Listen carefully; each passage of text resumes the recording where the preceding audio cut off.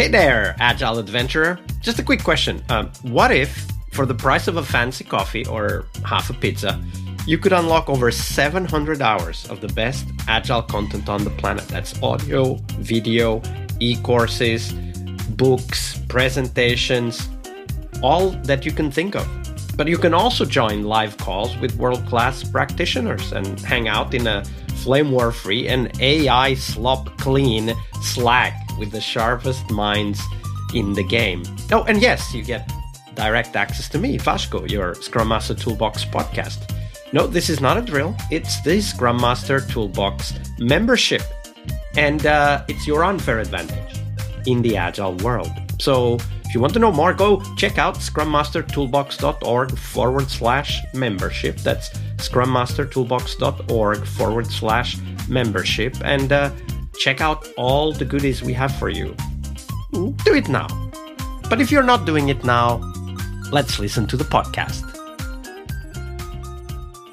Hello, everybody. Welcome to our Success Thursday, the big question of the week, this week with Shawn Dsouza. Hey, Shawn, welcome back. Hey, Vasco. Hey, everyone. So, Shawn, Thursday is, of course, Success Day here on the podcast. Before you dive into that, though, share with us, what's your favorite Agile retrospective format and why? Okay. Honestly, that is a tough one because I don't really have a favorite format, I would say. I like to experiment.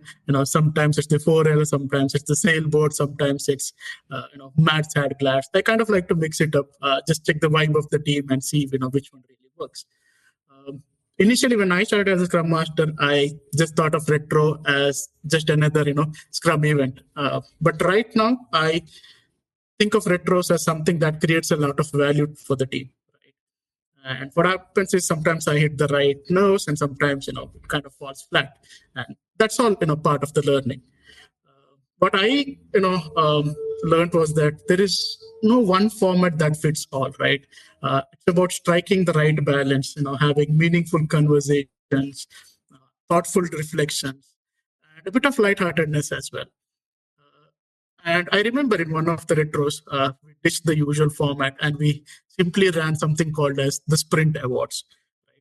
So we had categories like the bug smasher of the sprint, the coding ninja, the QA rockstar, the positivity pump, the retro rockstars, and other titles, and so on. So the best part, after each award, the team explained why they voted for that person and what they learned from them. For example, the one who won the Coding Ninja title, right? The people said that, they voted for him because they could not find any issues in his code. And when I asked him, how does he manage to write such clean code? He told me this, right? He told that I explained the code to myself a couple of times before I send it out for a review. Such a small thing, right? Just explain the code to yourself and we'll get a very high quality code. So this was one of the key takeaways, attention to details, and we get better code. So if you ask me what kind of retro I personally enjoy the most, I would say is I like the classic offline kind of retros where there are no gadgets. It's more like we have a board, some equipments, sticky notes and some markers out there. We pick it out with a quick icebreaker and then get started on real conversation, like what went well, what didn't, and come out with a couple of very actionable, action items for us to work on. So yeah, I don't really have a go-to format, but what I do care about is how the team, feels, if they feel heard or if they feel connected or if they feel, motivated to grow. So for me, that is what a good retro is all about. Absolutely. And that's incredibly important because that's the goal of the retro, right? Like one thing, if the team doesn't feel heard, then the retro has no value. Because that's the goal of the retro, right? To come up with things that matter for the team so that we can help them grow and become a better team. Now, we do all of this, Shawn, because obviously we want to succeed by helping teams succeeding. But for us to succeed, we need to have a clear understanding of what that means. So share with us, Shawn, what does success mean for you as a Scrum Master? So if anybody who has listened to my previous podcast, they would know my style of working. So I would say I'm a people first person. So when it comes to success as a Scrum Master, for me, I would say I don't start with matrices or burn down charts or velocity. Yes, they are very important. But for me, success shows up in small everyday moments, right? Which are often overlooked but are very important. So it is more like when developers don't hate Mondays, whenever they get a very uninterrupted focus time, right? So these kind of deep work, it doesn't just happen. You have to protect it. So when that happens, you get a very high quality work, and the mindset of the team changes. It is when the daily scrum happens even without me. That is when you realize the team sees value out of these ceremonies, and they don't just follow this. So let me give you an example, right? I worked with two teams. So one of the teams was hitting the deadlines, okay, and on most of the days, but behind the scenes, there were no real conversation. The conversation used to happen in long email chains. Stand up often felt like status update and not collaborations. Retros were skipped or just were some check boxes that we had to do. And on a surface level, everything looks great, but this is not what success looks like for me. I would say this is not sustainable. Right. In comparison, there is one more team that I worked with. We often struggled to meet the deadlines. There were, some new work that was coming in, some scope creeps were there. But we always had real conversation in the retros. People openly admitted blockers. There were open discussions about all the disagreements that we had. But every sprint, we had some small, meaningful improvements.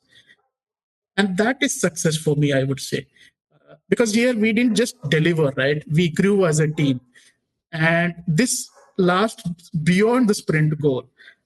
Okay. And for me, I would say success isn't just about delivery. It's when people feel safe and supported and connected. And it is when the improvement is actually driven by the team and it is not enforced on them. So how do I measure all of this, right? So I often look for signals like there are fewer ping me later messages and there is more real time conversation happening, and team members are initiating retros process, and they even tweak the process to to make sure what works for them, and the product owner feels very confident and supported. And honestly, it's when I can kind of take a day off or two, and the team still runs smoothly. So one of the things I wanted to explore, we've talked about this before, like this importance of having growth in the team, that one of the deliverables for the Scrum Master is actually a better team, right? Like improving all the time. But you said one thing now in your answer that I think is incredibly important. You said having real and meaningful conversations. Now, this sounds great, but we need to be a little bit more specific about it, because if I ask any manager and they tell me, yeah, this team is delivering all the deadlines, getting everything done, but I'm not really happy with them. This other team is not delivering on time. They have troubles, but I'm completely happy. No, managers would not say that, right? So we also need to fit into that context. And I think that we need to explore, what does this meaningful conversations that you talk about, real and meaningful conversations, what does that mean in practice for the team? I mean, you talked about one aspect, right? Like when there are no real and meaningful conversations, performance is not sustainable.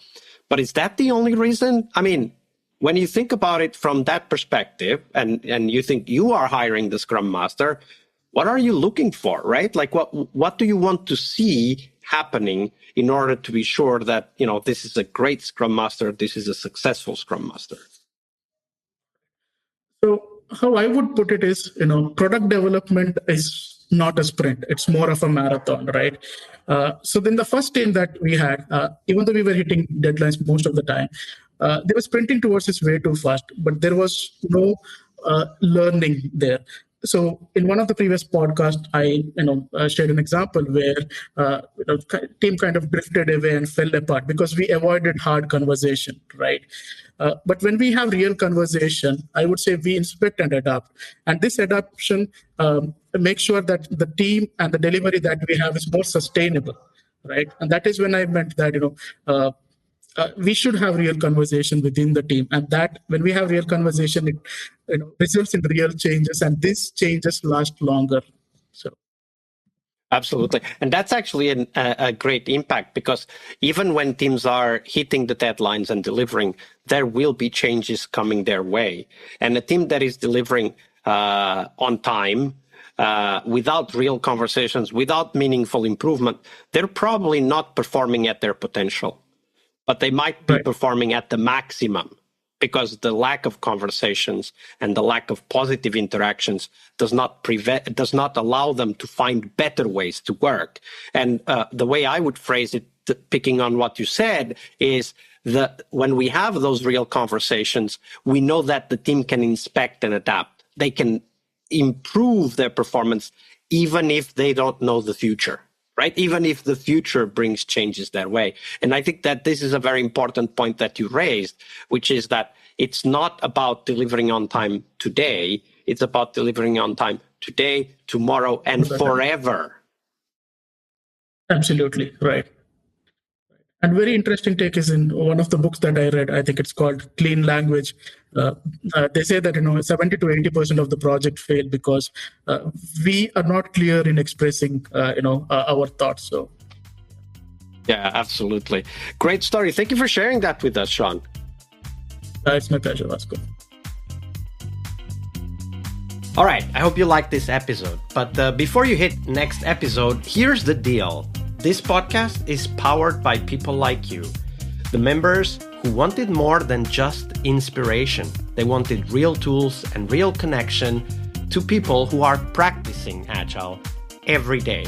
We're talking access to over 700 hours of Agile Gold, CTO level strategy talks, summit keynotes, live workshops, e-courses, deep dive interviews, books, and if you're into no estimates, we got the pioneers of no estimates in those deep dive interviews as well.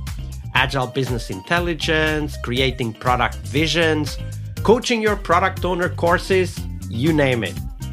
You'll get invites to monthly live Q&As with Agile pioneers and practitioners, plus a private Slack community, which is free of all of that AI slop you see everywhere, and of course, without the flame wars. It's a community of practitioners that want to learn and thrive together. It's the best place to connect with community and learn together. So if this podcast has helped you before, imagine what you will get from this podcast membership.